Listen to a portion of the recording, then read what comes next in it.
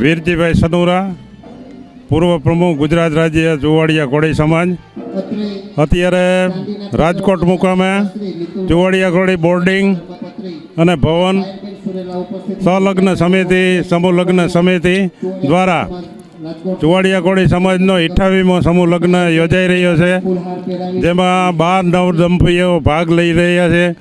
જેમાં અમારા ગુજરાત રાજ્યના ચુવાડિયા કોળી સમાજના પ્રમુખ ધર્મેશભાઈ, પછી દિનેશભાઈ મકવાણા, પછી સંતો મહંતોમાં અલિયાબાડા નકલંગ રણુજાના રામદાસ બાપુ તેમજ હરિપર વેલનાથ ધામના બાપુ અહીંયા ઉપસ્થિત છે.